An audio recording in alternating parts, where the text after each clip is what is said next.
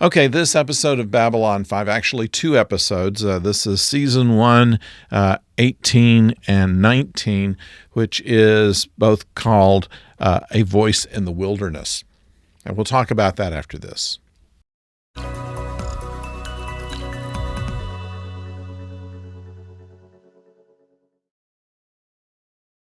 Hello out there, I'm the oldest nerd. We're taking this two-parter together because it is really one story. And while the entirety of Babylon 5 was written as basically a novel, with each chapter being a year in the life of Babylon 5, this two-parter is enough to make its own kind of subchapter, if you will, because what we have is a situation to where this dead planet that Babylon 5 has been orbiting suddenly shows signs of technology.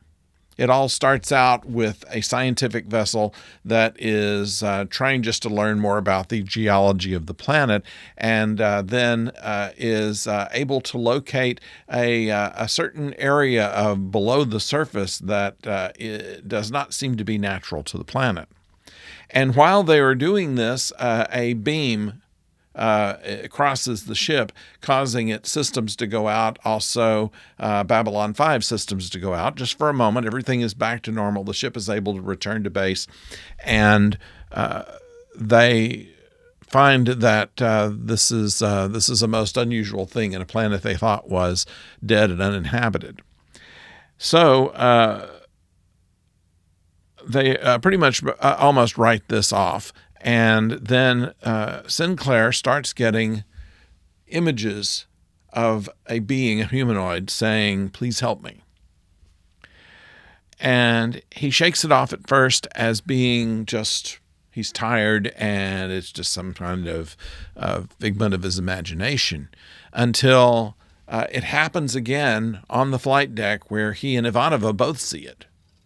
And we also find that he is seen by Londo. And so he takes great interest when when Sinclair and Ivanova go down to the planet's surface and go down below, find incredible technology, and a single guy, the guy that was coming to them in the vision, which we will call the Guardian, is dying. And apparently he is the one that keeps everything under control there. Without him there, the planet will blow up in about 48 hours. They figure from seismic situations and things like that, which any kind of planet-wide destruction could also destroy Babylon 5. So while they're trying to figure out how they could do this, since it would take more than 48 hours to abandon the space station, in comes complications. An Earth Force ship with a rather egotistic captain comes in and says, "Hey, we're taking over. We're going to claim this planet for Earth so that we don't have to worry about all of these other races getting in our way." And now Sinclair is completely against this. He says that, I have authorization directly from the president. This sector is all mine. And in trying to contact Earthdome, finds that the president is busy because there's an uprising on Mars. Now, both Sinclair and Garibaldi come from Mars, and so it's a personal thing to them. And that's a whole sub-story of trying to find out more information about what's going on Mars and how that gets resolved. Finally does, but it's what is kind of diverting the Earthdome people from really what's going on Babylon 5, meaning that Sinclair is all on his own, and this captain is perhaps overstepping his bounds, most likely overstepping his bounds. But while the Guardian is in medical and Dr. Franklin says that he's due to die, his vision also comes to a mentor of Delenn who is visiting. He has found that he has gotten to a certain age to where he's just not useful anymore, and he is going to sea, as he says metaphorically. And Delenn says, "Then this means it's the last time we'll see you." And he says, "Well, I have some more time before that, and we'll spend it together." However, his name is Draal. But during the time that the Guardian is in the medical thing, Drawl gets a vision as well. Please help me. And mentions him by name. Now, why he's picked and Sinclair and Londo is revealed near the end of the program. But at this point, we don't really know why. But this is enough for Drawl and Delenn and Londo to take the Guardian out of medical, go back down to the planet, and try to fix things. And this causes all kinds of conflict, including a race of people that looks very much like the Guardian that come through the jump gate and say, the planet is ours and we'll destroy anybody that gets in our way. So it's a very complicated situation. It's all for Sinclair to try to work out. We got to figure out just what's going on with Garibaldi, who is upset and distracted. We've got to figure out what kind of danger that Malari and Delenn and Drawl will be getting into, and that's all part of this.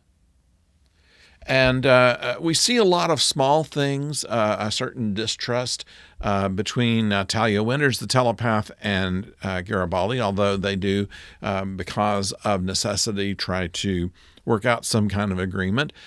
We have the nature of Londo, who has always been given to us as someone who drinks too much and gambles too much and eats too much and cares little about really anything else, including what he's there for. But in this particular case, he is noticing that Garibaldi is not feeling well. And in a wonderful line, he goes to the bar and he tells a story about him being very depressed. And there was this beautiful dancer that was at the dance hall that he was at.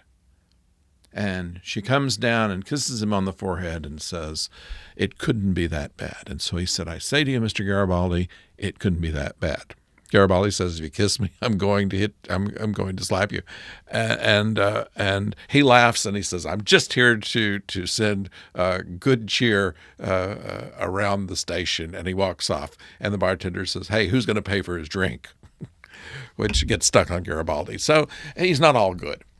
But a number of good things in the show, the acting, you believe everything, the conflicts, the friendships, the loyalty, the willingness to give of yourself, which is something that we don't even see as much in some of the characters as we do here.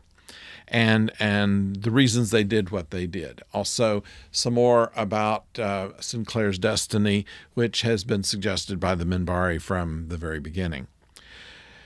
So, an excellent two-parter. Would you expect anything less from Babylon 5?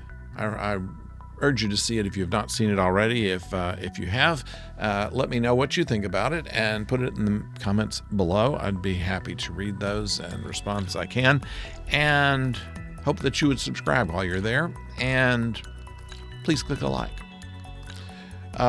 Monday, we will have a review of the third and final David Tennant episode of Doctor Who, and start some speculation about what's going to be on the Christmas special after we see that. So we hope that you will be along for that. Of course, we have Deep Space Nine on Tuesday, Star Trek The Original Series on Wednesday, and then back here next week with another Babylon 5. So thank you for joining us, and until next time, don't go far.